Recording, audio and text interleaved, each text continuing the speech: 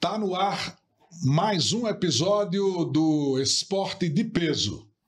Aqui a gente fala do que realmente importa no mundo do esporte, com opinião, entrevistas, informação e, claro, aquele peso que só a gente tem.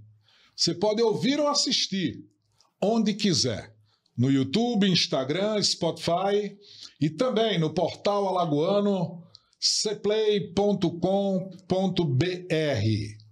Tem vídeo e em áudio, como for melhor para você. Então, já segue, se inscreve, compartilha na mídia que preferir. E vem com a gente, porque o esporte de peso está só começando.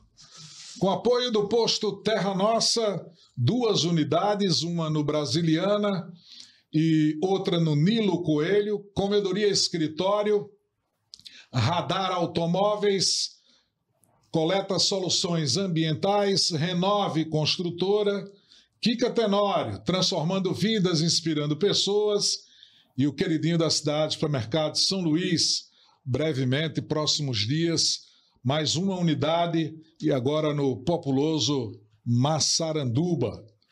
Pois é, Supermercado São Luís, um abraço aí pro seu Luiz. E hoje, hoje a gente tem aqui um entrevistado muito especial, é o professor Alisson Dantas.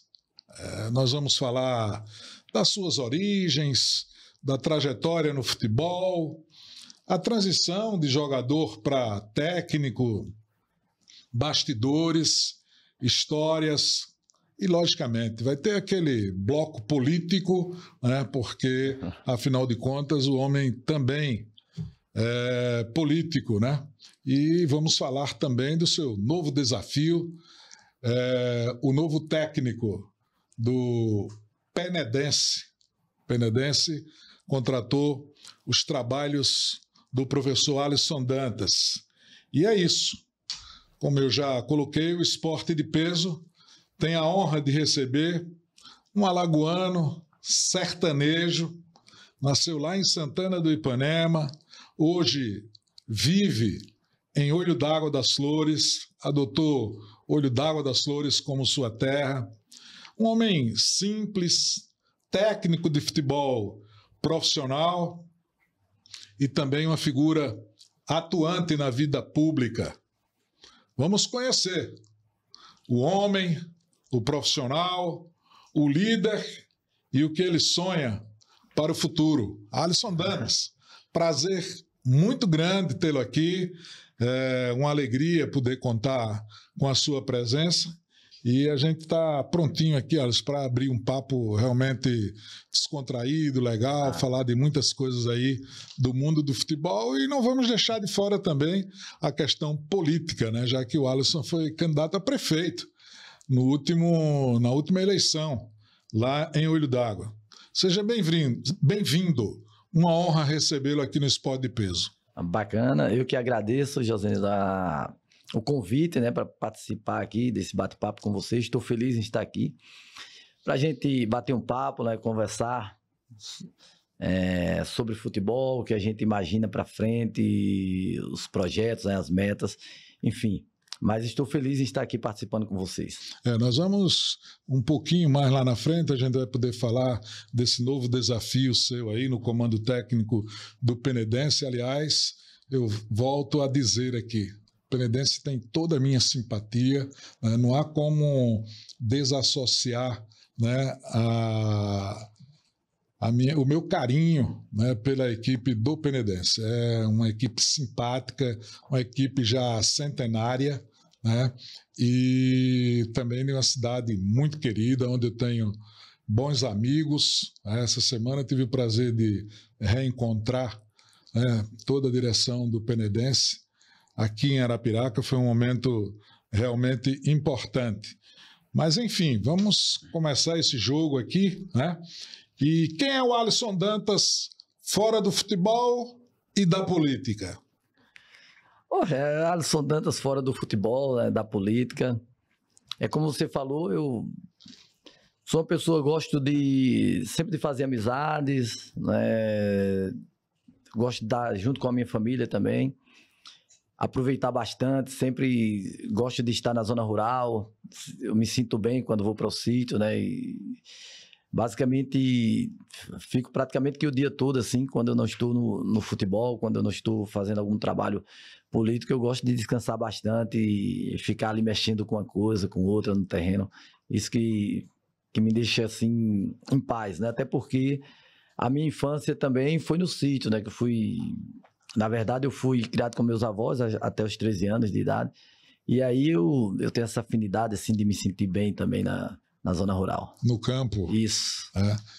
No campo da agricultura. Isso mesmo. Alisson Dantas, fala um pouco dessa tua infância. Você nasceu em Santana e logo depois veio para Olho d'Água, adotou Olho d'Água e vive até hoje lá em Olho d'Água das Flores. Isso. A minha infância, na verdade, quando eu nasci, né, minha mãe teve um problema de saúde, aí eu tive que ficar com meus avós. Daqui a pouco, os meus avós ficou muito apegado, né? E aí não quis que eu saísse mais. Prenderam o passe. Isso. E aí prenderam o passe, eu fiquei com meus avós até os 13 anos. Só que aí eu tinha o sonho de ser jogador de futebol, né, profissional. Acompanhava muito o campeonato do SESI ali na TV, eu tinha o sonho de participar, de jogar, e a alternativa que eu tinha era, naquele momento, sair, né, da casa dos meus avós para morar com meus pais na cidade. Para mim, assim, foi duro porque eu era muito apegado aos meus avós, né, e foi um momento difícil. Viveu eu cheguei quantos anos ainda 13 anos. Sob a tutela dos avós? 13 anos, até os 13 anos. E aí foi difícil para mim porque quando eu cheguei na cidade, né, eu sentia muita falta dos meus avós ali, mas eu tinha o sonho de ser jogador de futebol.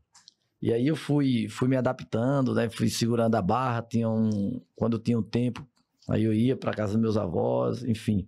Mas foi um momento bem complicado mesmo, assim, sair de perto deles. Mas foi pelo sonho de se tornar jogador, né? Eu consegui realizar o meu sonho, que era jogar futebol profissional. Na época, eu acompanhava muito o Campeonato Alagoano, Ipanema, naquele tempo ali, aquele time que tinha Valdo, Mica, Jorge Reis, né? Jorge Reis. Isso, e aí eu assistia ali da arquibancada e ficava imaginando, um dia eu vou estar aí, um dia eu vou jogar. Esse sonho eu realizei, de ser jogador profissional, de jogar no Ipanema, o time que eu ia ali assistir. Da sua terra. Isso.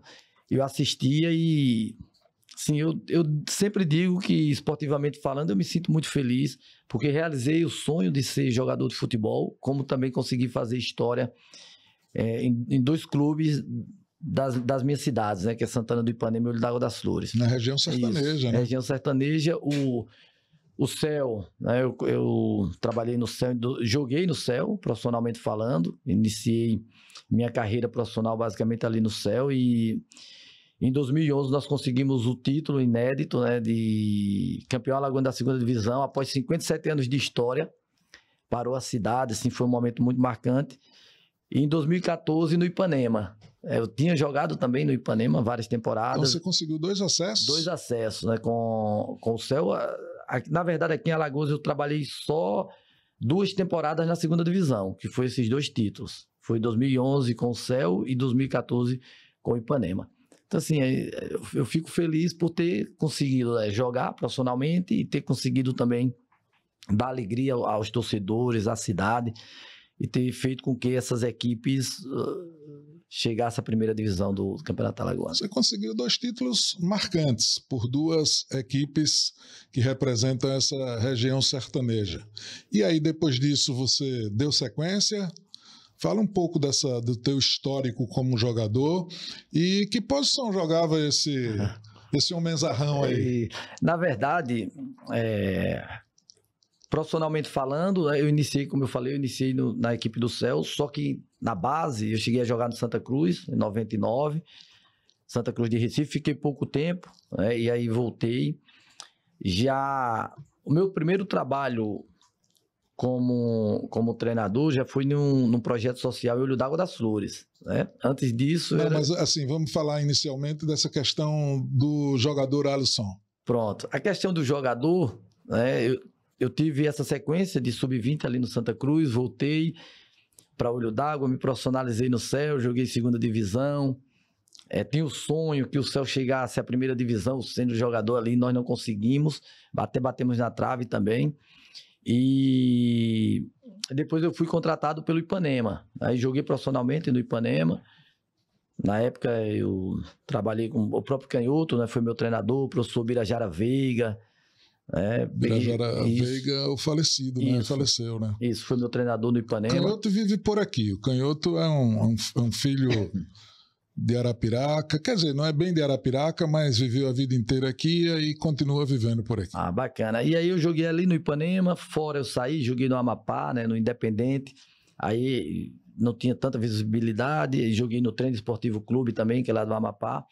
E voltei para o Ipanema. Acabou que eu tendo uma lesão de pubis, né? Tive pubalgias. E aí eu tinha 27 anos, falei, ó, vou parar. Parou jovem, né? Isso. Só que na verdade, sempre tive muita curiosidade na parte tática, né? Os treinadores falavam, eu observava e começava a estudar. E aí o que era bom eu trazia para mim, o que eu achava que não era interessante eu descartava. E aí eu começava a pensar, olha, se eu for treinador, os meus conceitos serão um pouquinho diferentes, eu não vou utilizar isso, né? Já vou fazer de outra forma. E aí foi quando... Em 2010 eu estava no Ipanema, na oportunidade eu estava ali no Ipanema e o Ipanema estava numa situação complicada financeiramente falando. E aí eu recebi o convite de Robério, né, falecido Robério, que era o presidente do clube, porque ele tinha acompanhado o meu trabalho de início, né, de treinador na base, ali na base do Céu. E aí ele viu que eu tinha jeito também e me fez o convite. Falou, olha, nós estamos com uma condição um pouco complicada aqui para contratar um treinador de fora, eu quero te dar uma oportunidade. É a primeira divisão do Alagoano. Eu falei, tranquilo. Aceitei o convite, eu fiquei no Ipanema, que aí foi o meu primeiro trabalho profissional, foi no Ipanema. Você é muito jovem, o quê? 28 anos? 28 anos. 28 anos. E aí eu falei, tranquilo. Então você sequer fez assim uma transição do período que parou de jogar profissionalmente para assumir a profissão de treinador. Não houve assim, você não foi lá fora fazer curso, você veio com a experiência que você adquiriu na vida. Tá, na verdade, Josenildo, eu trabalhei em todas as categorias de base até chegar no profissional. Por quê? Primeira divisão, você sabe que o Campeonato Alagoano, essas equipes que não têm calendário, elas trabalham ali 3 meses, 4 meses, o restante do ano o atleta fica parado se não tiver mercado. E aí, quando acabava a competição, eu ia trabalhar na escolinha. Eu trabalhei na escolinha do Céu, aí trabalhei sub-15, sub-17, sub-20. Então, quando eu recebi esse convite para ficar à frente do Ipanema, eu já tinha essa maturação. Eu já tinha essa maturação, porque eu tinha trabalhado em todas as categorias de base. E aí eu aceitei. Fiquei no Ipanema 6 jogos. O meu primeiro jogo, nós vencemos o CSA de 1-0, por 1-0 em Santana. Eu fiquei no Ipanema, à frente do Ipanema por 6 jogos, foram 3 vitórias em casa, 3 derrotas fora. Ou seja, eu saí do Ipanema com 100% de aproveitamento jogando em casa. Jogando em casa. Aí voltei para Olho d'Água, acabou a competição ali, eu voltei para Olho d'Água. Na verdade, não acabou a competição. Nós perdemos um jogo fora, o presidente resolveu mudar, e aí ele mudou. Automaticamente, eu acredito que aquele time não cairia naquela competição, porque nós estávamos com um grupo, naquele momento, unido, bastante fechado, e aí ele resolveu mudar, né, o comando. O comando. Isso. E aí o time desandou. Quando mudou, o time desandou, não venceu mais nenhum jogo em casa, enfim. E aí eu voltei para o Olho d'Água e recebi o convite do Manuel Bezerra, na oportunidade para ser o treinador do Céu na campanha de 2011. Eu falei, presidente, eu aceito, mas tem uma condição aqui. Porque eu já sabia como o Céu trabalhava naquele momento, eu falei, só que aí você tem que me dar respaldo para me indicar os atletas e trazer os atletas para a gente subir o time. Ele falou, tranquilo. E aí eu tinha muito conhecimento, né, já com muitos atletas, tinha jogado com muitos atletas, já conhecia o perfil. No futebol você já tem uma boa relação, né? Isso, e aí eu conhecia já o perfil, né? E a competição em 2011, ela era forte. Eu diria que tirando CSA, CRB, ela era um nível da primeira divisão de Alagoano. Né? Era uma competição que não tinha limite de idade. E aí a gente tinha que montar um time muito forte. Eu lembro que tinha o São Luís, lá de São Luís de Quitude, que era um timaço na época, inclusive até o próprio Jaelson jogava lá, era o volante, tinha o Jacobina também, que era o volante. E nós montamos a equipe.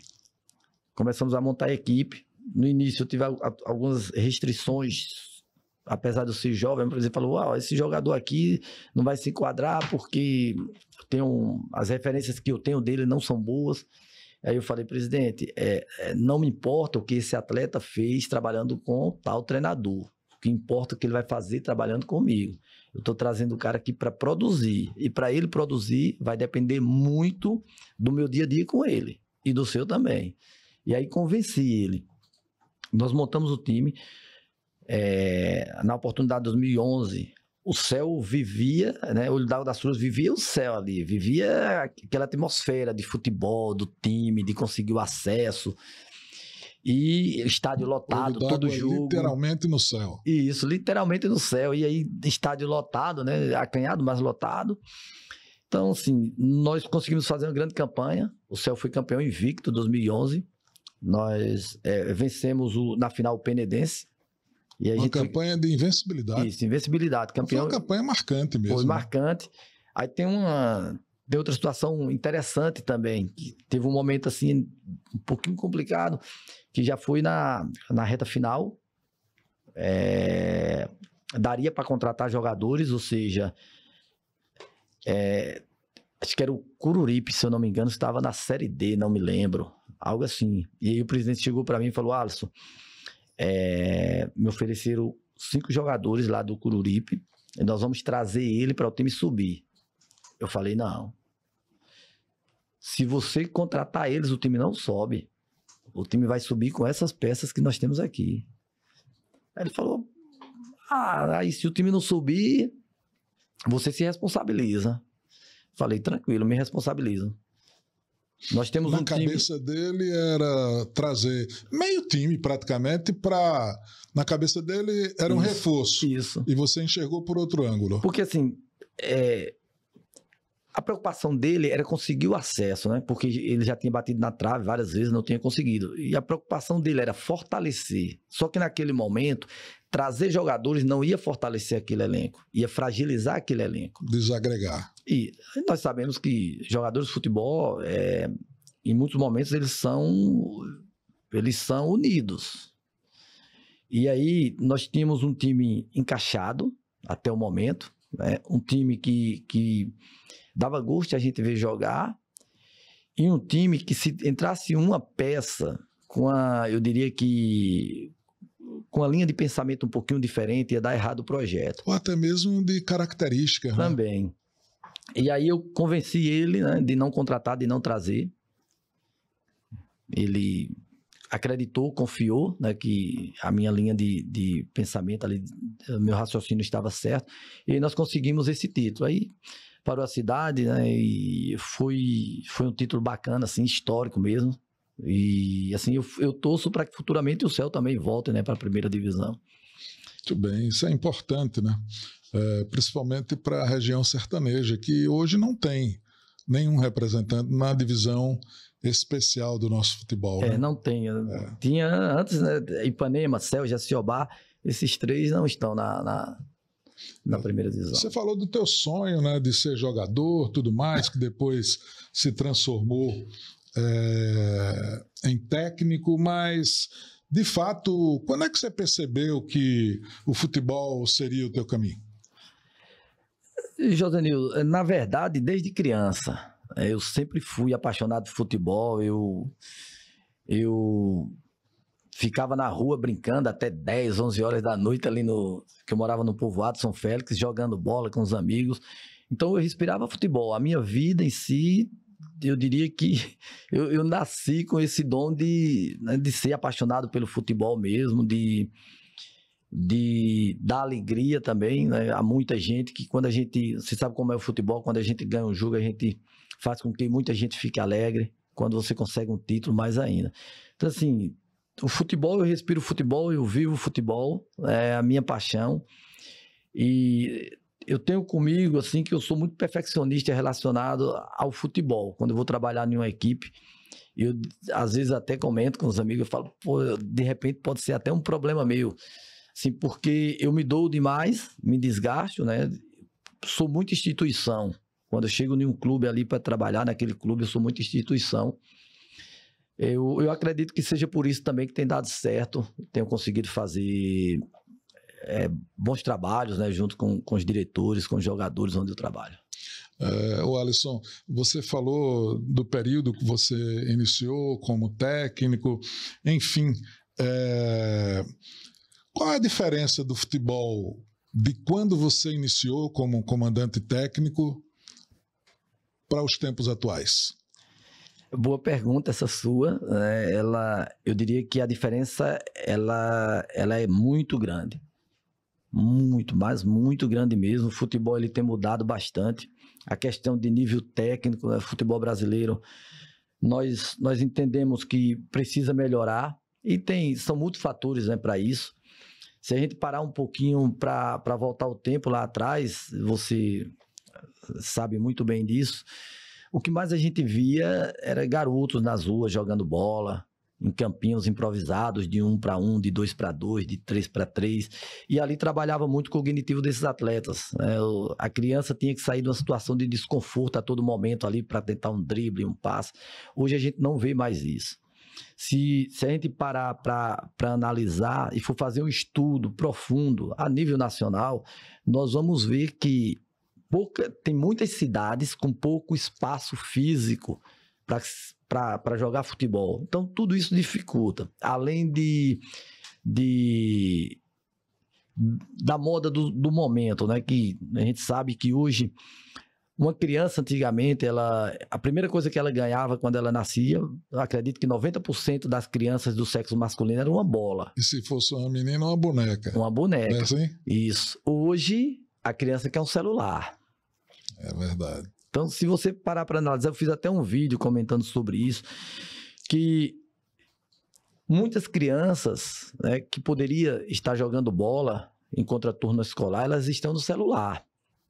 E, naturalmente, faz com que o nível técnico do futebol brasileiro ele caia como tem caído e muito. Antigamente, a gente via jogadores com muita qualidade técnica, times que... Eu vou dar um exemplo de um time do Ipanema. Eu não vou muito distante aí, mas eu vou colocar um time do Ipanema de 2006 por ali, de 2005 por ali, que caía ou que brigava para não cair. Se fosse hoje, com aquele nível técnico que o Ipanema tinha, hoje ele brigava para chegar na final. Para disputar. Brigava para ser campeão. E às vezes não havia tanta necessidade de buscar os jogadores em outras regiões. Você colhia na região mesmo, né? Isso. Na região sertaneja mesmo. Tinha muito bons jogadores. Tem alguns que você conhece, por exemplo, da região. Vou dar um exemplo aqui, Mazinho, volante, que jogou no Asa. Ele é de Inhapi, né? Jogava ali no Céu, no Ipanema.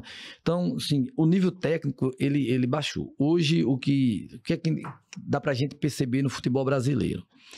Força, né? Força, o que a gente vê? Força, intensidade, pode até ter dinâmica, mas o cognitivo baixo.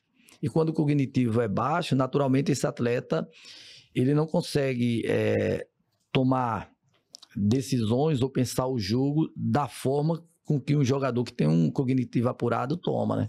E até, Alisson, o estado, digamos assim, o estado de iniciativa do jogo. Eu vi em muitas ocasiões o treinador olhar assim e dizer: vem cá, moleque, você, entra aqui, resolva aí essa parada. Isso. Não é assim? Isso mesmo. Hoje em dia é tudo muito sistemático, né?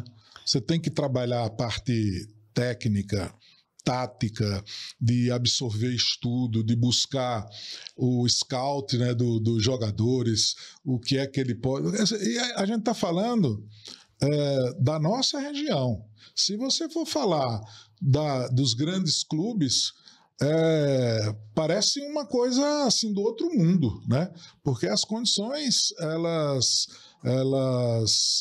chegam assim de uma forma tão tão mastigada na mão de quem conduz, que o cara não escala mais por opção, escala pelos números, né? Eu vou ver o que é que fulano produziu durante a semana, o que é que fez, o que é que treinou, o que é que rendeu. Aí passou a ser muito pragmático, né? Isso. Com isso, o futebol tornou-se chato, na minha avaliação. O que é que você acha? Você tem razão. Josenildo, você bateu agora em uma tecla importante, pertinente, né? Vou dar um exemplo. Eu estive recentemente no Jequié, Série D, nós trabalhamos agora, contra o AS, enfim, foi. Eu saí do Jequié, a equipe estava no G4 do Campeonato Brasileiro. E nós precisamos, eu respeito tudo que for de bom para a evolução do futebol. Só que nós não podemos nos apegar muito a situações que de repente vai prejudicar, em alguns momentos, qualidade técnica, né, dos atletas. Hoje nós temos tecnologia, GPS, por exemplo. Se usa muito o GPS. É importante usar o GPS. Eu acho bacana o GPS, é importante usar, é importante que todas as equipes tenham, mas para que você tenha um parâmetro.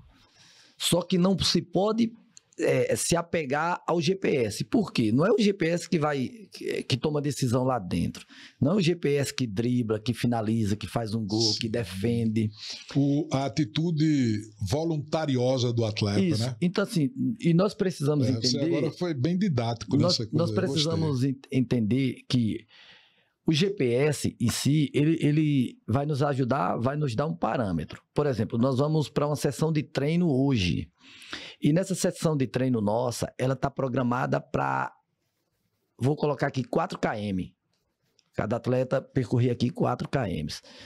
Nesses 4 km, eu preciso entender que você vem jogando sábado, ou quarta, domingo e quarta, ou domingo e domingo, ou sábado e sábado, que você está jogando de titular, por exemplo, você está iniciando jogos e o outro jogador que não está iniciando ali, ele vai se desgastar menos do que você. Então, vamos lá. Você, de repente, você tem uma fadiga, você tem um cansaço maior, porque você vem físico, mental, você vem com essa carga de jogos, né? Eu vou estar um pouco mais inteiro. Só que olha como é complexo. Você que está jogando, eu que estou no banco, muitos jogos de repente não entro, ou entro com a minutagem baixa.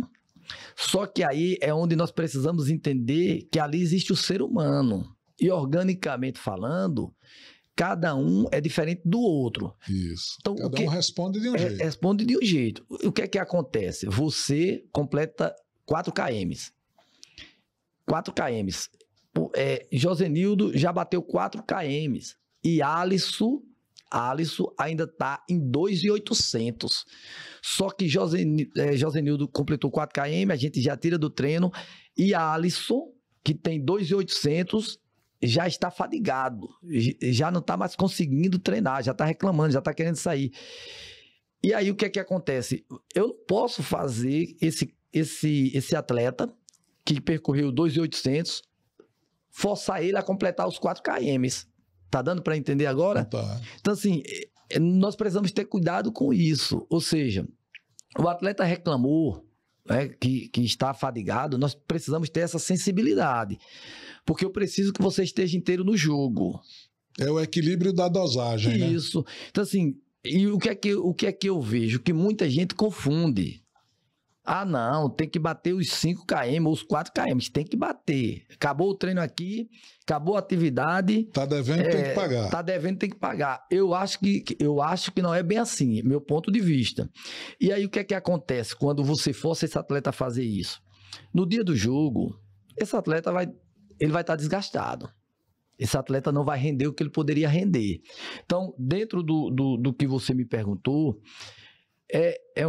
assim, eu acho que é um tema a ser debatido, né? Eu acho que todos os profissionais, eles têm que ter essa sensibilidade de ouvir o atleta, de conversar com o atleta, porque a questão do seu rendimento lá dentro de campo, fisicamente falando, eu diria que que tem muita coisa que pode fazer com que você tenha um desgaste maior durante o jogo. Se é para você conseguir jogar 90 minutos, de repente você só vai conseguir 60.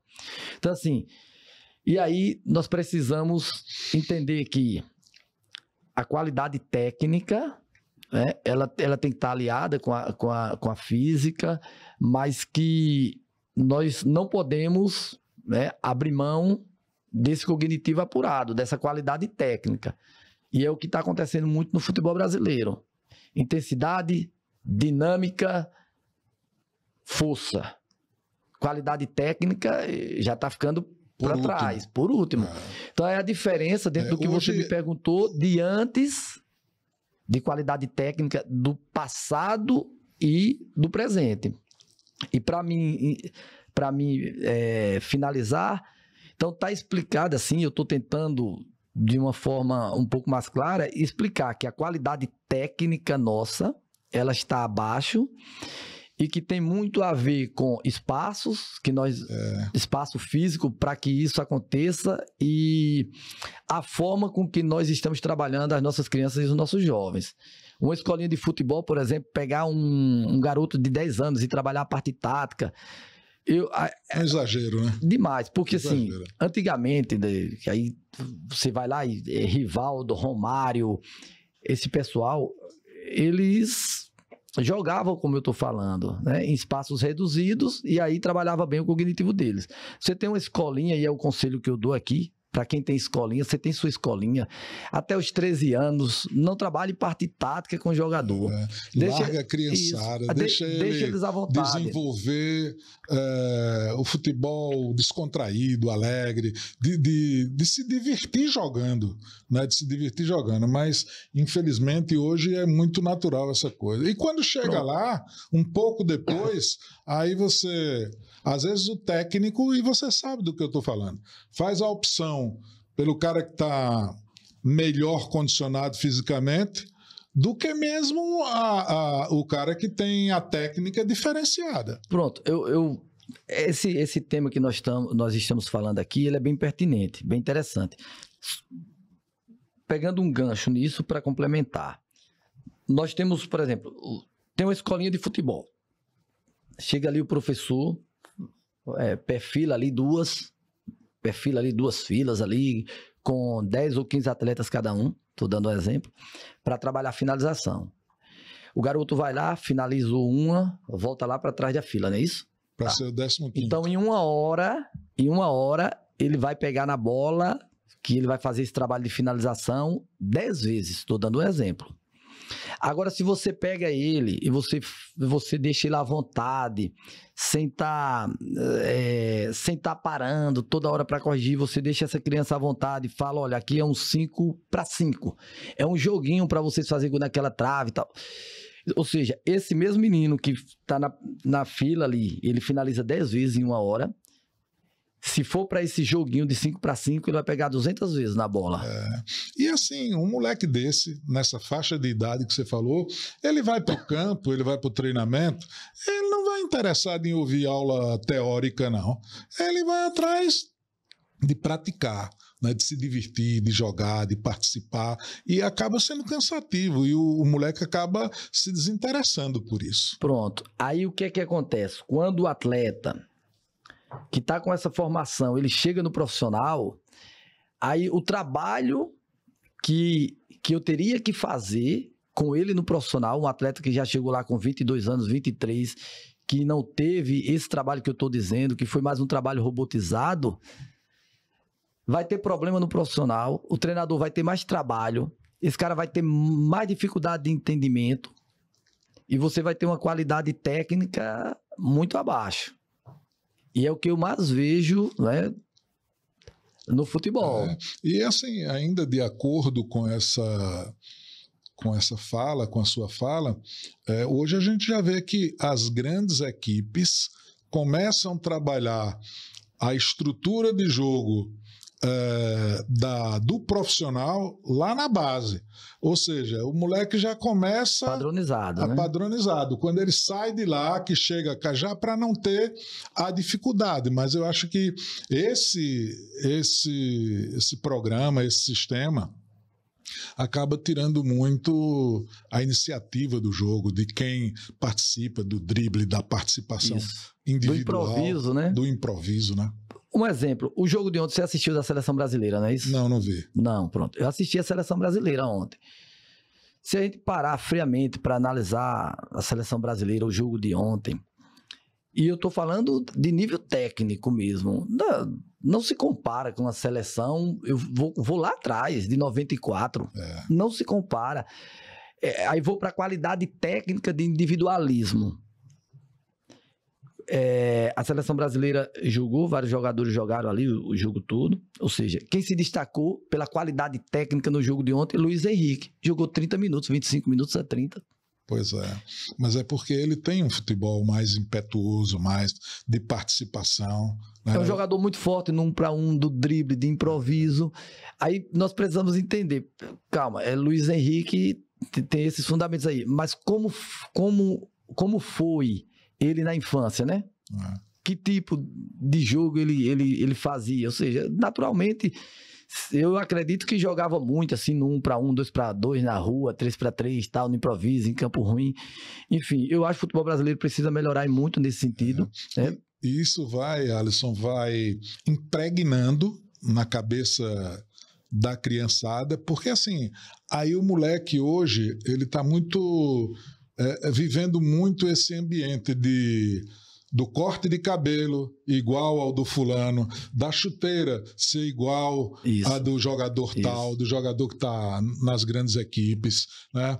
O jeito de se vestir, tudo mais e tal, aí isso vai ficando muito técnico, e traz muito prejuízo para o futebol, na verdade. Há poucos dias aí um pai me perguntou, Alisson, eu tenho um filho, é bom jogador, você precisa ver meu filho. Mas eu vou colocar ele numa escolinha, o que é que eu tenho que fazer? Diga aí. Eu falei, dê uma bola a ele e deixa ele se divertir. Agora, se você dá uma bola a ele, ficar cobrando dele, ele não vai evoluir. O que a gente vê, por exemplo, você monta uma escolinha, vai os pais, leva os filhos, chega lá, fica gritando na arquibancada com os filhos. O seu filho tem 13 anos, ele está ali brincando, né? Ele está brincando. E você está pressionando ele não vai evoluir. É verdade. Ou seja, o meu neto às vezes diz assim, vovô, vá lá ver o jogo. Aí eu digo, eu vou, rapaz, eu vou e tal, não sei o quê. E na hora me falta coragem para ir. Porque assim, às vezes a gente vê, aí quer depois fazer uma correção, quer dizer a ele e tal, não sei o quê. Eu evito. Pronto. Às vezes, aí quando chega, eu digo, quanto é que foi o jogo lá? Aí, o jogo foi tal, não sei o quê, e né, apresenta e nem deve fazer o parecer essa correção dele, né? Mas eu não... Porque assim, quando estive na Secretaria de Esportes, agora, ano passado, eu vi, por exemplo, algumas, não foram poucas as situações, de assim, desentendimento na arquibancada entre famílias, né? O pai de fulano brigando porque não sei o quê, depois quando acabou querendo pegar árbitro, confusão, aquela coisa assim, que eles trazem tanta carga, né, que podiam desfrutar mais desse momento, de participar, de deixar a criançada, né, jogar aquilo ali por esporte, por alegria, mas assim, eles carregam tanta coisa que acaba pesando o ambiente. Isso mesmo, Josenildo, o pai de família, ele passa a semana trabalhando, né? E naturalmente ali que ele tem as preocupações dele, o estresse. Ele não pode pegar esse estresse dele e levar para o campo para descontar no filho. Você tem um filho, o pai tem um filho, pega o filho de 13 anos, de 14 anos, de 12 anos, leva para uma escolinha. Ele vai lá assistir o treino ou o jogo. A criança tenta um drible, erra. O pai repreende. Ele não vai tentar o segundo drible. Fica com medo. Ele tem medo. Ali ele já ficou assustado. Tira a autonomia, a liberdade. A mesma coisa do treinador. A criança tentou um drible. 12 anos, 13 anos. O treinador repreendeu. Ele não vai, ele não vai ter coragem. Ele não vai ter coragem de tentar o segundo drible. Por isso que eu falo da qualidade técnica. O futebol brasileiro precisa ter um trabalho de conscientização, eu diria a nível nacional, nesse sentido. Nós temos hoje, o que nós temos no futebol brasileiro, uma preocupação grande, licença A, licença B da CBF. Estou dando um exemplo aqui. Sim, e a iniciação. o trabalho tem que ser, se pensa numa seleção brasileira forte, no futebol brasileiro melhor, tem que ter um trabalho voltado, né, para a importância da iniciação. E aí nós temos que ter esse trabalho voltado e temos que ter a preocupação também com rede social. Porque hoje, volto lá atrás, a criança prefere um celular do que uma bola. Mas é isso mesmo, é por aí. O Alisson, alguém serviu de grande incentivador na tua carreira? Sim, eu, na verdade, né, a minha família sempre acreditou que eu tinha potencial para ser jogador de futebol, né? Eu não consegui chegar em uma grande equipe, que era o meu sonho, jogar um campeonato brasileiro na Série A. Enfim, o sonho de toda criança, acredito, né? E aí, a minha família sempre acreditou, né? Sempre incentivou. Eu assim, abdiquei de muitas coisas, né, na minha vida. Fiquei muito tempo ausente, assim, distante da minha família também, pelo futebol. Até hoje eu fico, né, que viajo, vou trabalhar nos clubes, a família fica em olho d'água. Mas é o nosso sonho, né? E, assim, eu fico feliz porque, graças a Deus, assim, eu consegui algo que eu acho que é muito importante, é a gente ficar marcado na história, né, de algum clube, de alguma cidade. E Deus tem me abençoado por onde eu passo, né? Em 2023 mesmo, eu recebi um convite para ir trabalhar na Bahia. Primeiro ano trabalhando na Bahia, nós conseguimos um título, uma cidade grande, né? Jequié, uma cidade quase do porto aqui de Arapiraca. Então, assim, é como eu falo, né? Foi o que esse título lá? Foi segunda divisão do Campeonato Baiano, né? Um título de expressão, né? É uma competição muito forte, né? Os investimentos são altos. O campeonato baiano da Série B, eu acredito que só CSA, ASA e CRB que tem um investimento maior do que eles lá. Assim, às vezes, se a gente for compatibilizar isso, provavelmente uma segunda divisão do Baiano investe mais do que muitos clubes aqui do nosso futebol. Não, nem tenha dúvidas. Você não tenha dúvidas. O Jequié é um clube que tem uma estrutura bacana. Na segunda divisão mesmo pagava muito bem os atletas, fez um investimento bacana e é um campeonato muito forte, enfim.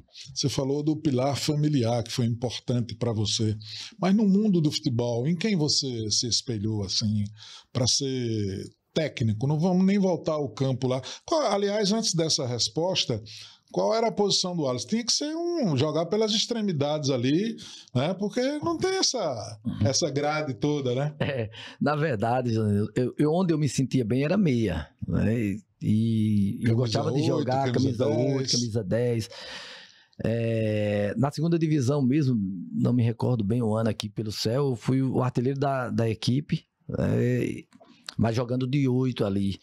E depois alguns treinadores me colocaram ali na lateral direita, né? E você sabe a competitividade ali interna, você querendo jogar. Acabei que eu jogando ali na lateral também, outras vezes fui utilizado de volante, né?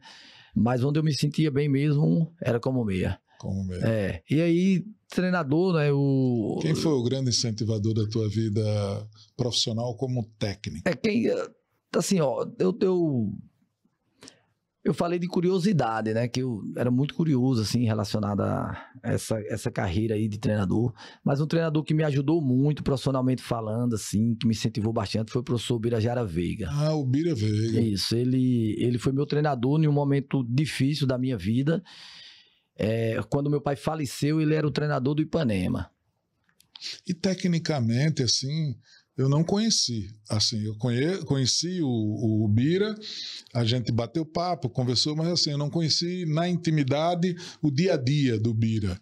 Mas assim, eu ouvia falar que ele era sabido, né? Do ponto de vista técnico, ele era capaz, né?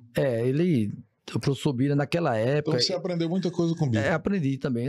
Na verdade, eu aprendi com todos que eu trabalhei, eu aprendi um pouquinho. O professor Bira, ele era um treinador que ele veio para aqui, ele já tinha uma rodagem bacana, né? Trabalhou ali em São Paulo, naqueles clubes de São Paulo, em Rio Grande do Sul, ele era gaúcho.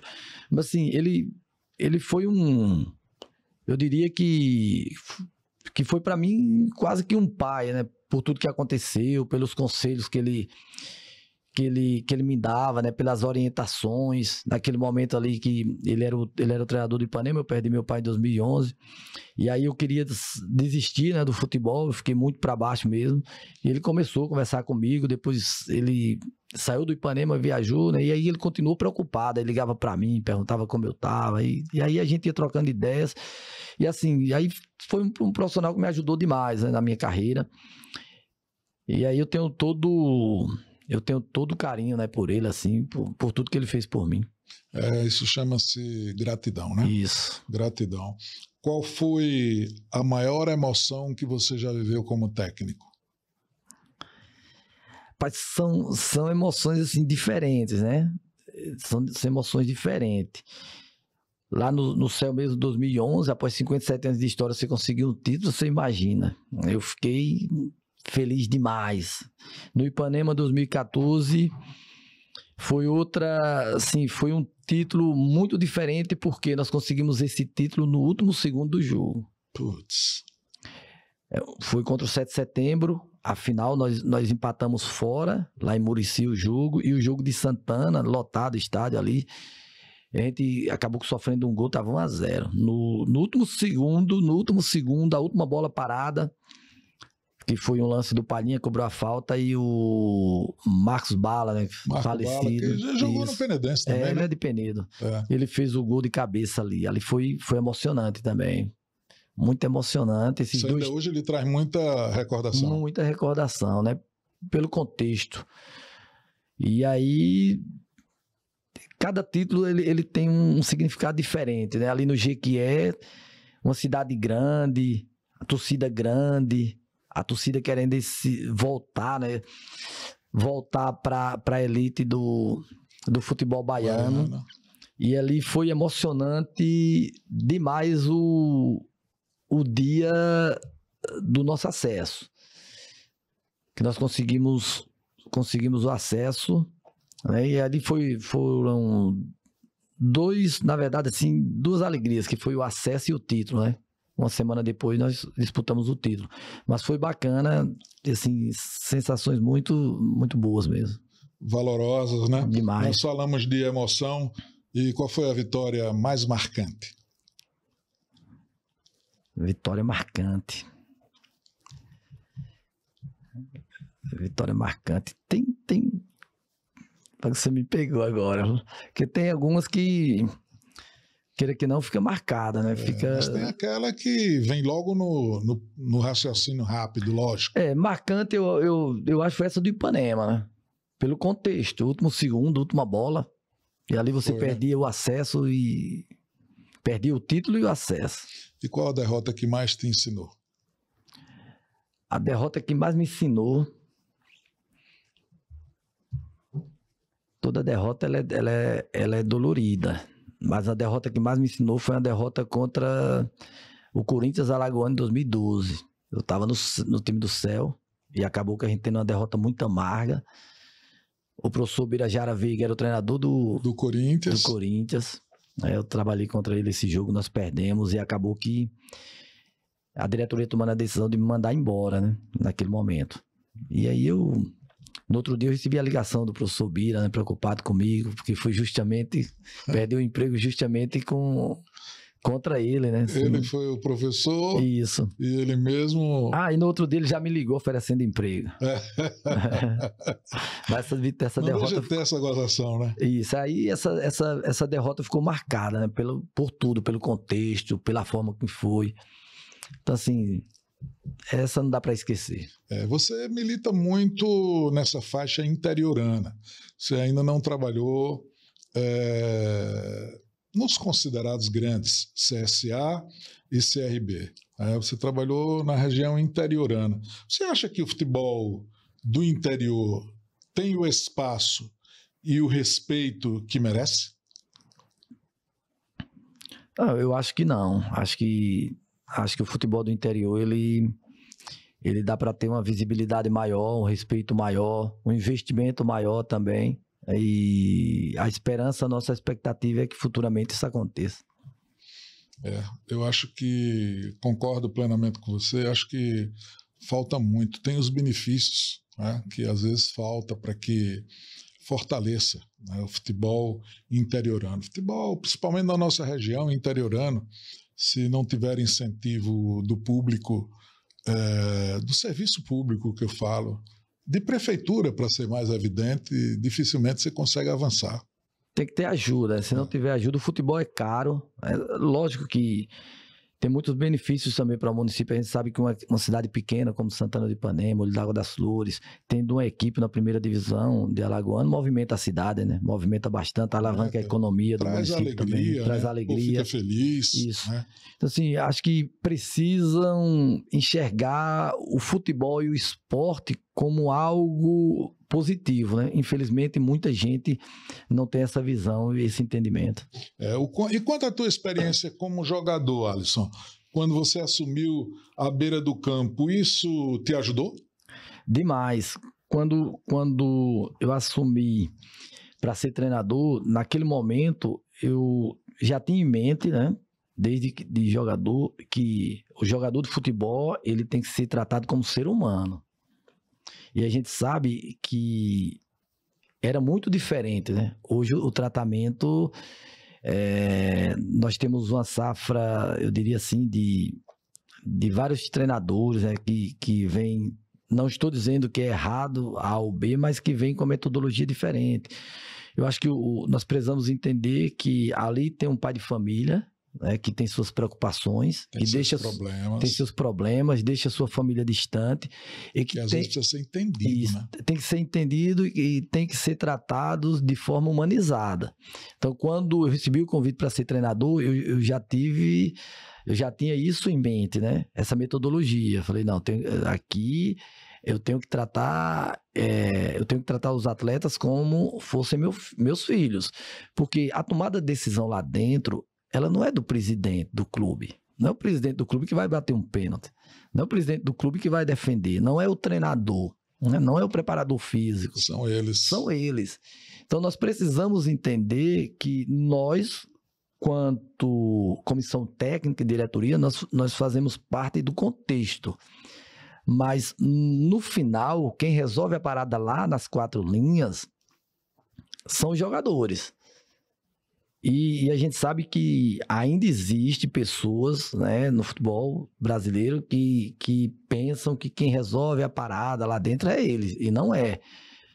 O treinador está ali para passar para os atletas conceitos, ideias, o que pensa ser interessante para a equipe, a forma de jogar, mas assim, nós precisamos entender que nós precisamos deles, né? Ou seja, não existe treinador bom no futebol brasileiro ou mundial sem jogadores. Eu costumo dizer, nos clubes que eu trabalho, os jogadores, olha, alguém pode chegar para você e falar, não, o Alisson é bom treinador, sim, beleza, mas para mim ser bom treinador, eu preciso que esses jogadores entendam aquilo que eu quero e façam aquilo que eu acho interessante lá dentro. Pois é, por isso, às vezes, a importância do compromisso, né? Porque, às vezes, tem atleta também que não quer nada com a vida, acaba não colaborando, né? Acaba não participando ativamente. Hoje, como é que você enxerga essa enxurrada de técnicos estrangeiros no futebol do Brasil? Até um certo ponto, eu diria que modismo, né? Porque, eu vou dar um exemplo, Abel Ferreira veio para o Palmeiras, deu certo, poderia ter dado errado, beleza, Abel Ferreira veio e deu certo. Se a gente parar para analisar, já vieram muitos treinadores estrangeiros para o Brasil que não deram certo. Então, bateram aqui e voltaram, não é isso? Então, Abel Ferreira, pelo contexto ali, pela estrutura, por tudo que foi oferecido para ele, pela metodologia de trabalho dele também, que ele é muito bom treinador, acabou que dando certo. Só que nós temos um problema no Brasil que é a tendência, é a moda. Você acha que é moda trazer um técnico estrangeiro virou uma moda, como se o Flamengo trouxe Jorge Jesus, o Palmeiras trouxe Abel, então eu também vou lá buscar um estrangeiro, eu também vou lá, é isso? Isso, porque deu certo, o Jorge Jesus deu certo no Flamengo, Abel Ferreira deu certo no Palmeiras. Nós precisamos parar e entender friamente que no Brasil nós temos isso de tendência, de acompanhar a moda. Ah, deu certo e dá rivalidade. Ou seja, o Flamengo trouxe um treinador estrangeiro, então o Vasco tem que trazer, o Botafogo tem que trazer, o Fluminense tem que trazer. É uma moda. Ah, Josenildo montou um podcast, Arapiraca só tem ele. Ah, vou montar também. O seu deu certo. Se outro montar, pode não dar. Só que no Brasil, existem muitos treinadores competentes. Bons. Enfim. Quem é o número 1 para você? Vai muito eu diria assim, cada um com suas ideias, com suas metodologias. Eu, particularmente, gosto muito de Fernando Diniz. Então você é daquele futebol mais, digamos assim, incisivo, em direção ao gol. Isso, eu gosto do futebol, né, de uma equipe proativa, não de uma equipe reativa. Lógico que a equipe vai se comportar de acordo com o adversário também. Mas eu gosto de Fernando Diniz pelas ideias dele, pela metodologia dele, pela coragem, né, e o que ele transmite para os atletas. Guardando as devidas proporções, a gente sabe que o Diniz ele só trabalha na prateleira de cima do futebol. Aí você pega um clube nosso aqui interiorano. Mas o teu conceito, você trabalha para fazer como ele faz?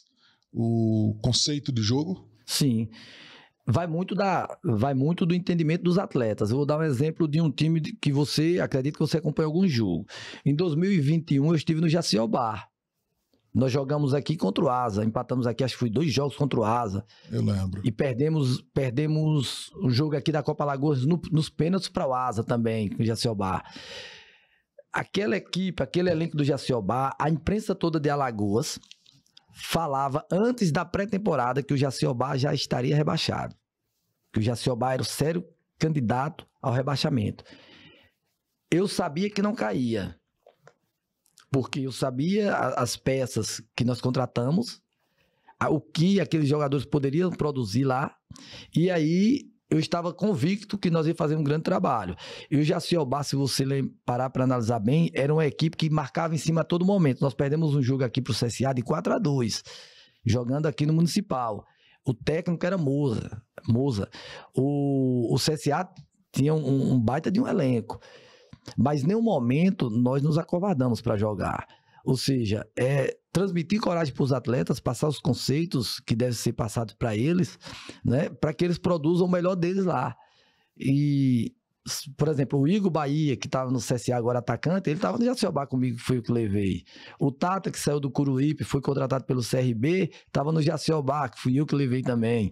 Então, assim, tem muitos jogadores que vêm futebol alagoano, de fora, que vêm jogar a primeira vez aqui, que sou eu que indico, né, pesquisa e vou buscar fora. Por exemplo, o próprio Colina, que jogou aqui no Asa, foi um jogador que veio para o Agrimac, foi indicação minha. Então, assim, eu acredito muito na coragem para jogar futebol, né? A cobrança ela tem que ter, a gente tem que cobrar dos atletas, mas saber que ali existe o ser humano e que precisa ser estimulado a coragem a fazer o seu melhor. Se a gente virar os olhos hoje para a região onde você vive, onde você tem boa relação, sertão inteiro, é possível a gente descobrir talentos naquela região? Sim. Se for feito um trabalho bacana, um trabalho profissional a médio e longo prazo, né, se consegue. Se bem que como eu te falei antes, se bem que não é só a nossa região, é o Brasil, né? Os jovens e as crianças estão viciadas no celular, na internet. Aí é onde está a questão do poder público, né? De que, por exemplo, o prefeito de tal cidade investir na área esportiva. Não, eu vou ocupar essas crianças, esses jovens, eu vou fazer com que, se eles ficam 10 horas, ou se eles ficam aqui 8 horas por dia no celular, eu vou fazer com que eles fiquem só 3. Eu vou dar a eles outras opções. Se ele não trabalha, ele vai para a escola, ele vai um horário para a escola, contra turno escolar, ele vai para o futebol. Tem cidade que nem campo de futebol tem, e aí? É verdade. Vamos tentar, Alisson, relembrar alguns nomes que deram muito certo no futebol como jogador só da região sertaneja? Vamos. Eu lembro do Cananô, ouviu falar no Cananô? Saudoso Cananô, lá de Pão de Açúcar. Jogou no Asa, jogou no CRB. Era um extraordinário jogador. Lembro. Eu não vou lembrar de muitos, acredita aqui. Mas vamos lá. Vou colocar mais recente, né? Ney. Ney jogou no Vitória da Bahia. Mazinho jogou Série B de Brasileiro, né, que é lá de Inhapi. Nós tivemos o próprio Fábio, que chegou falecido, jogou aqui no Cruzeiro, né, que era um baita de um jogador também na época, que é de Olivença. Nós temos Daxon, que jogou no Vasco, né, que é de Santana do Ipanema. Nós temos, por exemplo, o Alexandre Goleiro, né, que estava recentemente no PDD, jogou no Destroy da Bolívia, foi indicação minha na época também. Se a gente parar aqui, tem muita gente. Lá de São José da Pera foi meu jogador. Cleiton Xavier. Então, assim, tem muito, sabe? Tem muito material humano bom, mas precisa ser feito um trabalho, e um trabalho estimulante que estimule, né, os jovens. Surgimento de novos valores. Isso, a querer. Então, assim, a tendência é que o futebol brasileiro, se não mudar essa linha de pensamento, a tendência é que Denilson, que jogou aqui. Denilson, que é de São José da Tapera, foi meu jogador também. Então, assim, a tendência é que, se não mudar essa mentalidade, é que o futebol brasileiro, eu diria que daqui a 5 anos, ele fique muito pior tecnicamente falando. Vieram de lá, não sei se são de lá. O Júnior, lateral direito, que jogou no Asa, e o Igor Carius, que está no Sport. Júnior de Pão de Açúcar. O Júnior de Pão de Açúcar. E o Igor Carius é de lá? É de Ceará, né? É cearense? Pois é, eu gosto de reavivar essa memória, porque assim, eu sou saudosista assumido. Eu gosto. E para que isso sirva como parâmetro, né, para a geração atual, de dizer assim, porra, os caras foram lá, o Cleiton Xavier, o NEM, né, esses caras foram lá e deram certo, por que é que eu não posso dar? Não é assim? Ser um ex-jogador ajuda a conquistar o respeito mais rápido como técnico ou não? Não, eu diria que ser um ex-jogador, você consegue detectar algumas coisas que provavelmente alguém que não foi jogador tem um pouco mais de dificuldade relacionada a vestiário, a dia a dia, né? O técnico que foi ex-jogador, ele tem uma percepção de quando o atleta tá chateado, quando aquela atitude ali vai deixar aquele jogador desconfortável. É difícil ter esse controle, né, Alisson? Aí o fato de você ser ex-treinador, ser ex-jogador, você consegue com mais facilidade detectar alguns problemas. Consegue ter esse discernimento, isso, né, para entender. E para quem não foi jogador profissional, é possível ser um grande técnico? Sim, com certeza, né? Nós temos muitos acadêmicos aí, né, que não foram jogadores, mas que tem conceitos bacanas, né, que conseguem... O que precisa ser feito para superar essa lacuna, né, da transição? Você não foi jogador, aí você já passa a ser técnico. O que de fato precisa para ser superado nessa vivência? É você tentar se aprofundar ao máximo. Porque a gente acabou de falar da questão do jogador. Isso. O jogador precisa exercitar. Né? E o cara não exercitou nada lá.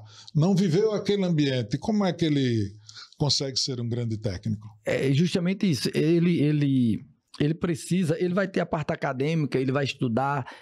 Se você parar para analisar, nós temos hoje vários, eu diria que comentaristas, né, na internet. Você vê ali, o pessoal tem um podcast e está comentando sobre futebol. Na verdade, não jogou futebol, mas comenta e comenta de forma clara.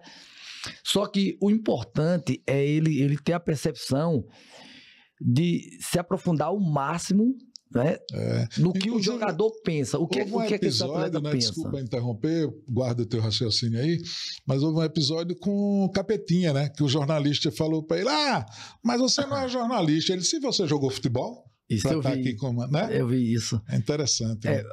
Mas aí é onde está. É você se aprofundar, né? Tentar ao máximo, extrair ao máximo do que é ser jogador. Qual a dificuldade do jogador? Eu não joguei futebol, mas eu tenho que tentar saber qual a maior dificuldade dos jogadores no dia a dia. E aí nós falamos aqui de ausência da família, de dificuldades, de pressão do torcedor, de pressão da imprensa, de pressão da comissão técnica, enfim, da diretoria. É ter esse olhar, né? E no final de tudo, entender que ali é ser humano. Eu acho que esse é o caminho. E agora, Alisson, o que é mais difícil? Jogar ou comandar? Comandar. Comandar é muito mais difícil. Comandar, você vai trabalhar ali com 30 atletas, cada um com uma metodologia diferente, uma linha de pensamento diferente, personalidade diferente, né? E você vai estar ali com uma cobrança muito grande ali no dia a dia, da imprensa, da torcida, dos próprios atletas, aquela cobrança interna. Comandar tem que ter bastante jogo de cintura também. Eu até... Esses dias estava com um amigo meu, me ligou e a gente conversando, eu falei para ele, para você permanecer nessa profissão, você tem que ser diplomático. Essa pergunta, ela viria naturalmente, eu já ia perguntar sobre isso. O treinador de futebol hoje, que ele tiver a ideia de falar, não, é do meu jeito, aqui é do meu jeito, aqui é do meu jeito, tem que fazer o que eu quero, ele não vai vingar no futebol. Ele não vai. Porque no final de tudo eu expliquei antes, né? Quem corre são os atletas. Nós precisamos entender o jogador, ouvir o jogador.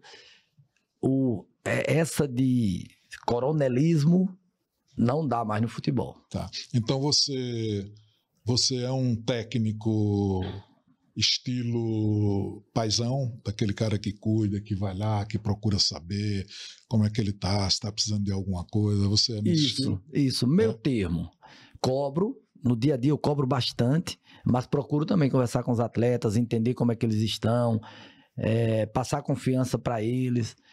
Enfim, eu acho que esse é o caminho. Que conselho você deixaria para os jovens que sonham em ser técnicos sem terem jogado profissionalmente?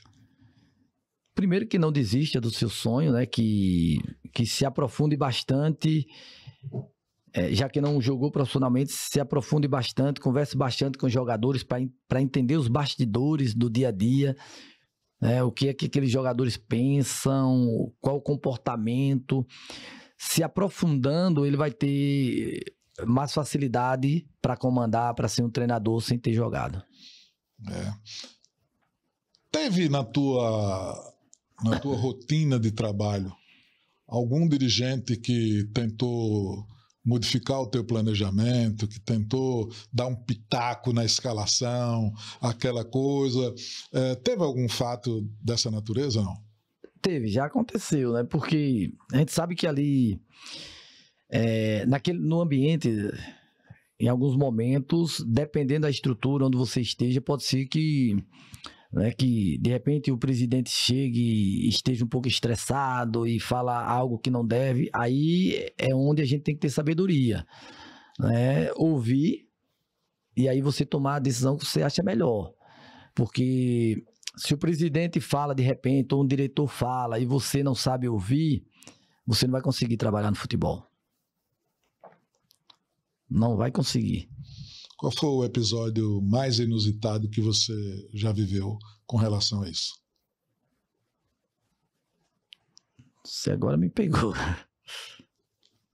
O mais curioso, assim, que você possa dizer, porra, se você quiser, pode até não citar o clube ou o dirigente, mas assim, o que foi mais? Conta a história sem... Eu tô tentando lembrar algo, né, assim, porque, na verdade, os clubes que eu trabalho, o pessoal costuma me respeitar bastante, sabe? Costuma respeitar bastante. Eu não me recordo bem, de algo nesse sentido, né? Nunca teve nada assim que você possa... Não, até porque quando fala algo assim, quando eu vejo que quer partir para esse lado assim, eu já arrumo um jeito ali desconversa, já muda o assunto, porque o cara normalmente chega naquela conformidade, né? E tal, aconteceu, lembrei aqui, aconteceu lembrei agora, de um presidente, ele falou para mim o seguinte: Alisson, eu não quero entrar no seu trabalho, mas você pode me ouvir? Eu, tranquilo, presidente, pode falar, tá? Eu escuto, onde eu estou trabalhando, escuta todos, pode falar sem problema, não tenha receio. Aí ele falou: professor, rapaz, esse cara ali tá mal demais. Aí eu falei: como assim? Não, o cara tá mal demais, esse volante aí, era um volante, esse volante aí tá mal. Acho que você precisa tirar ele e colocar fulano. Eu falei: beleza, tranquilo. Aí quando ele terminou, eu falei: presidente, deixa eu te falar, você contratou esse meia, não foi? Ele falou: foi. Eu não vou citar o nome do meia, né? Eu falei: qual é o maior salário aqui do clube? Ele falou: o meia. Eu falei: tá, deixa eu te explicar agora. Se eu jogar com esse volante que você tá pedindo pra mim tirar ele, esse meia vai pegar na bola, a bola vai chegar nele 80 vezes por jogo. Se eu jogar com esse volante que você tá pedindo pra mim colocar, esse meia vai pegar na bola 10 vezes. Qual dos dois você prefere? Ele falou: não, então você tá certo.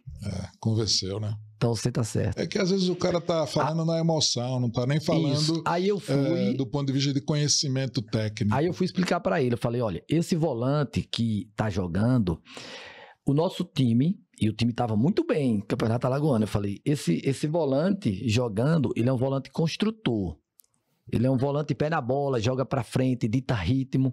Esse volante que você tá pedindo para ele jogar, ele é um volante que não é construtor, que joga muito pra trás e do lado. Ou seja, se eu jogo com esse volante, eu não vou ter construção e esse meia vai ser inútil. Acabou, nunca mais ele pediu. É o tal do conjunto, né? Isso. É o tal do de conjunto. Entendimento, né? Entender o jogo. Uma coisa, Alisson, assim, que eu gostaria de ouvir o seu parecer.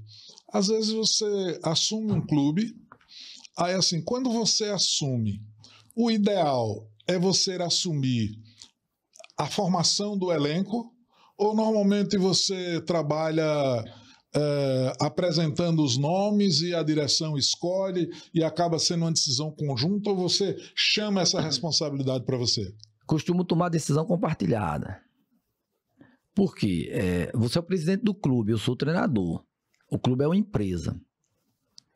Quem paga é você. Quem toma a decisão de quem vai iniciar jogando sou eu. Mas a decisão de contratações ela tem que ser compartilhada. O que eu vou dar para você é um leque de opções e vou mostrar para você a diferença de um para o outro. Eu vou falar: olha, esse meia é um meia construtivo, esse meia, ele é um meia que não tem dinâmica, ele vai jogar com a bola no pé, esse outro já tem dinâmica, esse outro já finaliza mais de fora da área, tal. E aí eu vou encaixando as peças, vou dizer: ó, agora é o seguinte, se você conseguir contratar esse, vai se encaixar melhor no nosso modelo de jogo. É dessa forma. Isso é importante. O que mais te emociona você ver jovens sonhando com o futebol? Eu fico muito feliz quando eu vejo essa fome de crescimento profissional, quando eu vejo um atleta realmente querendo. A mesma coisa, assim, que também eu fico muito triste quando eu vejo um atleta desistindo fácil. Né? Tem um obstáculo, ele vai ali e desiste. E é o que mais a gente vê hoje no futebol. Um obstáculo que você fala, como é que você enxerga isso? É uma contusão? É uma falta de oportunidade? Enfim, que obstáculo é esse? Eu não diria nem falta de oportunidades. Né? Tem muitos jovens que eles desistem por conta de um amigo, de um parente. Porque esse jogador, ele está em formação, por exemplo, esse jovem, ele está em formação, em processo de maturação. E aí chega para ele o vizinho, chega para ele o amigo, chega para ele o irmão e diz que ele é craque. E que ele tem que jogar. E ele acredita. E aí ele tá em um time, tá até em um time profissional, ele vai ali pro banco, um jogo não entra, o segundo ele não entra, mas a família, o amigo, tá dizendo que ele é craque. E aí ele desiste. Daqui a pouco ele fala: ó, não venho mais, não quero mais jogar futebol, porque colocaram uma ideia na cabeça dele que ele está pronto, onde na verdade ele ainda não está. É verdade. O Alisson, a gente vai tocar num assunto agora que está relativo ao ASA, né? Você assumiu o comando técnico do ASA. Isso. Como é que foi aquela passagem? Foi conturbada? Você saiu machucado? Você não gostou? Enfim, como é que foi tudo aquilo? Na verdade, o ASA, eu recebi o convite, né, para ser assistente técnico do clube em 2019, eu aceitei. Quem te convidou? Moisés, né, o presidente, era Moisés. Ah, o vereador, ex-vereador Moisés. Isso, e aí eu vim, para entender, eu falei, bom, o ASA, né, é um clube, tem uma torcida gigante, é um clube que assim, vai melhorar o meu currículo, eu vou aceitar. Eu aceitei, eu vim, daqui a pouco o ASA resolveu mudar o comando, né, o pessoal pediu para mim ficar ali à frente. E aí nós ficamos, foi um jogo em Olho d'Água, nós empatamos 2-2. Aí você veio como auxiliar técnico. Isso. E quem era o técnico da ocasião? Era o professor Alan Dotti, né? Na época, isso. E aí o ASA, assim, eu passei um momento, eu diria assim, assim, meio complicado no ASA, né? Porque aconteceu algumas coisas que foram desconfortáveis também. Mas eu sou grato à oportunidade, né? E ao Moisés também por ter dado essa oportunidade, o Dr. Celso. O que aconteceu que ele deixou machucado? E aí eu fiquei ali, né? Fiquei ali no ASA e foram 2 jogos, um empate fora de casa com o Céu e perdemos aqui acho que foi para o Cururipe. Na época a Alfimanga fez até um gol, nós perdemos 2-1. Eu diria que eu vim para o ASA no momento errado, né? Eu diria isso. Mas assim, eu sou grato pela oportunidade. Depois contrataram o professor Neide Xavier. Ah, o Neide. Isso. E aí acabou que eu saindo de auxiliar técnico do profissional para ir lá para o Sub-20. Só que naquela oportunidade eu tinha a opção de ir embora. Eu falei, não, eu não vou. Tranquilo, pode me deixar aí no Sub-20. Eu só vou quando acabar a Série D. Porque eu tinha que fazer isso, sabe? Por tudo que aconteceu, eu tinha que fazer isso. Eu não podia sair naquele momento. Então, assim... A decisão tomada pela direção, a questão do teu posicionamento de momento, com a tua experiência de hoje, dos dias atuais, você assumiria? Você fala... Não, você fala... Porque, assim, na verdade, a função de um auxiliar técnico efetivo da casa é justamente essa. O treinador foi embora, o auxiliar assume até a diretoria contratar outro treinador. Certo. Isso aí é normal. Isso é normal. O auxiliar que está ali, ele já diz tudo. Precisou, ele tem que ir ali até contratar outro profissional. Enfim, mas eu diria que eu vim no momento errado. Eu também achei. Inclusive, naquela ocasião, eu estava comentando para uma emissora daqui e cheguei a falar isso. Eu acho que aquele momento foi um momento, digamos assim, mal pensado, mal planejado naquele momento. Né? E, enfim, mas passou, né? Isso. Passou. Alisson Dantas. Não é possível a gente não tratar também de política aqui, né? Isso. O que motivou o Alisson Dantas a entrar na política e se candidatar a prefeito de Olho d'Água das Flores? Que pergunta, hein? Na verdade, Josinildo, eu sempre enfrentei desafios, né, na minha vida, desde criança que se eu achar que eu devo enfrentar algum tipo de desafio, eu vou lá e enfrento. E Olho d'Água das Flores é uma cidade pequena, 21 mil habitantes, né? Na oportunidade, eu também já era oposição, e o ex-prefeito que seria candidato, ele desistiu. E aí não tinha outro nome ali para disputar as eleições. E aí alguns amigos falaram comigo, eu falei, não, tranquilo, a gente enfrenta. Né? A gente enfrenta porque o Olho d'Água já me conhece e eu conheço bastante o nosso município também. Nós vamos enfrentar. Eu acabei enfrentando, né, juntamente com um amigo meu, João Alexandre, que foi o candidato a vice. Mas eu não me arrependo, porque nós tiramos uma votação expressiva pela situação, né, do momento. A nossa candidatura ela foi de última hora, sem planejamento. Para você ter uma ideia, o atual prefeito ele tinha 30 candidatos a vereadores com ele, a classe política toda do município com ele. E entrou só eu e o vice. Eu não tinha nenhum candidato a vereador comigo. Então nós obtivemos 3.400 votos. 3.400. 3.400. Ele foi eleito com quantos votos, o atual prefeito? Ele foi eleito com 8.000, 8 e pouco. Mas, assim, na última semana eles trabalharam muito. Na verdade, a gente passaria de 5.000 votos e a votação deles cairia. Agora, nós teríamos 12 candidatos a vereadores para entrar comigo, dos 12, 2 de mandatos, e aí de última hora acabou que esse pessoal não saindo e tal, enfim. Se ele sai, a campanha teria sido muito diferente. Qual é o ambiente mais difícil de viver? Política ou futebol? São muito parecidos mesmo, só que a política, ela, eu diria que a política, ela lhe dá, você consegue entender melhor, entre aspas, quem está contra você.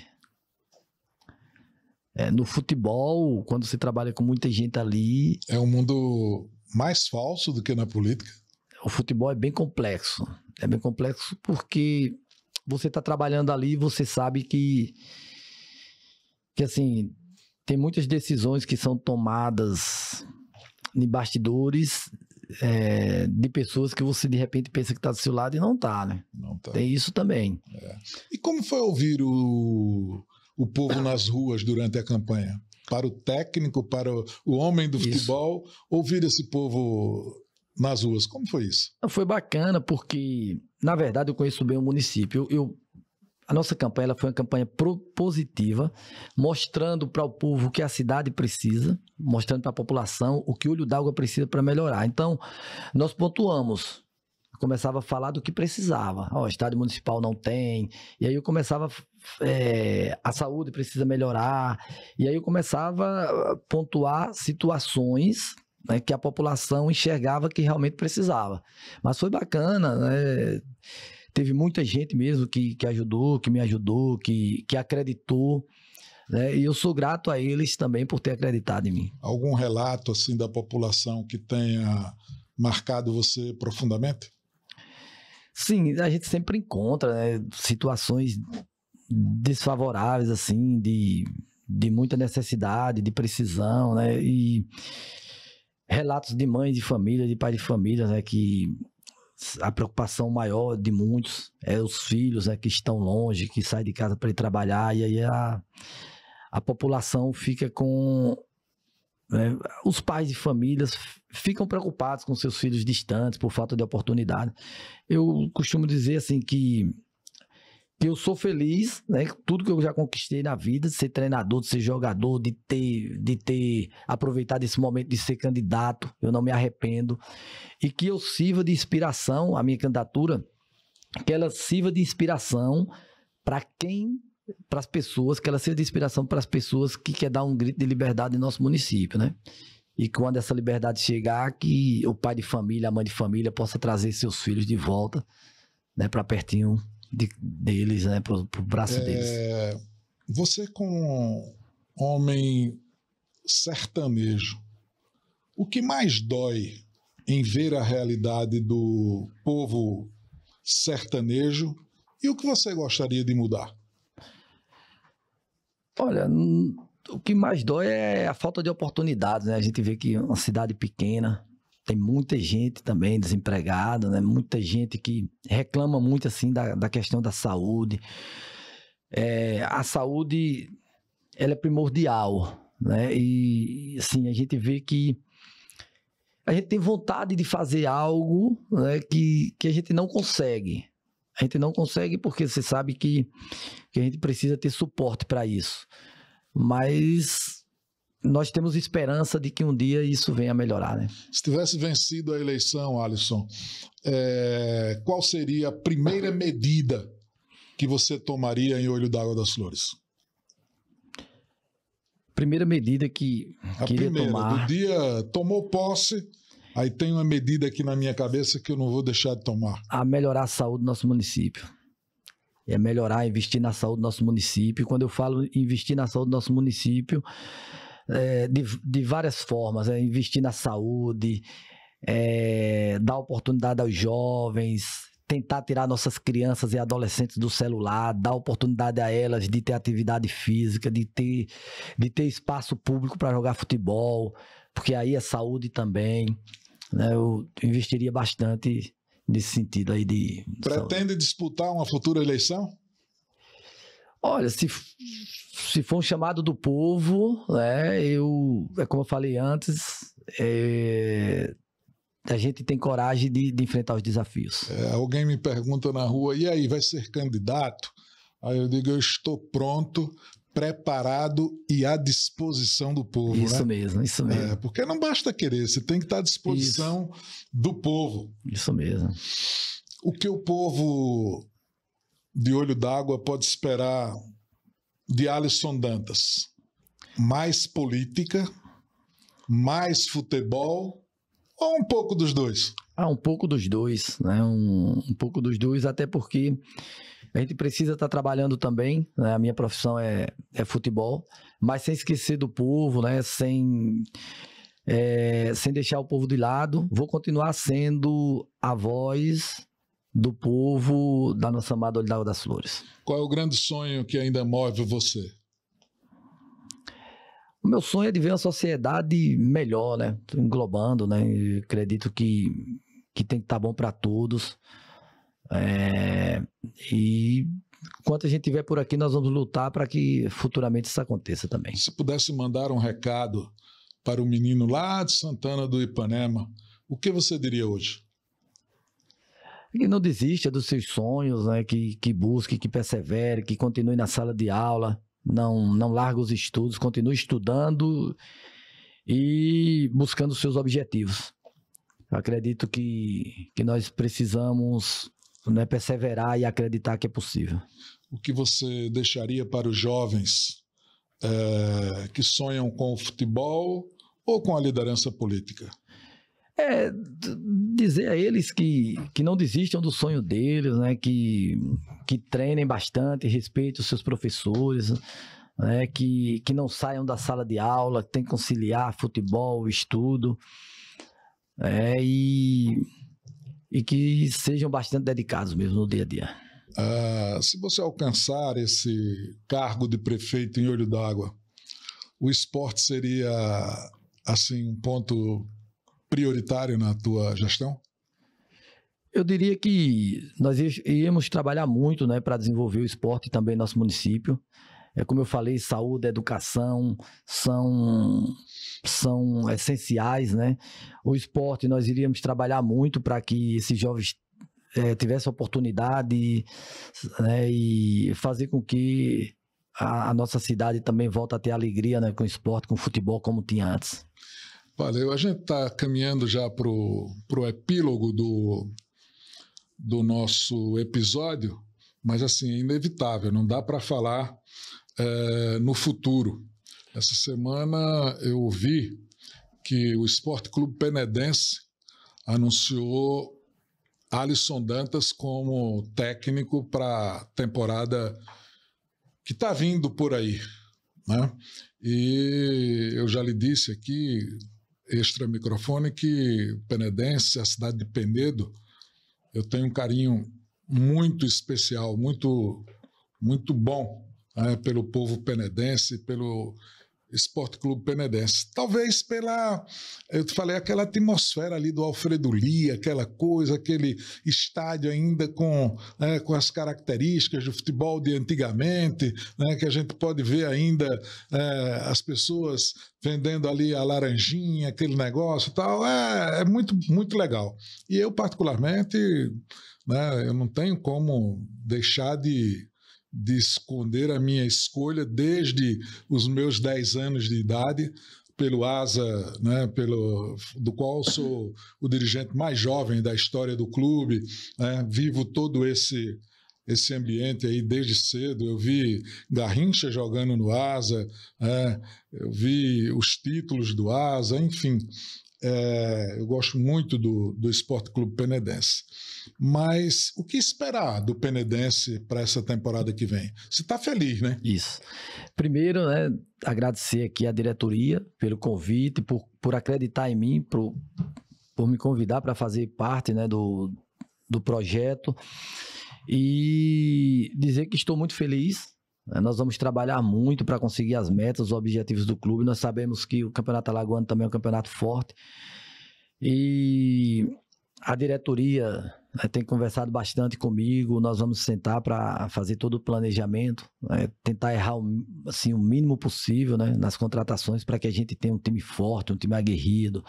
É um time que a todo momento vai procurar jogar, né? Vai ser um time, eu diria que proativo.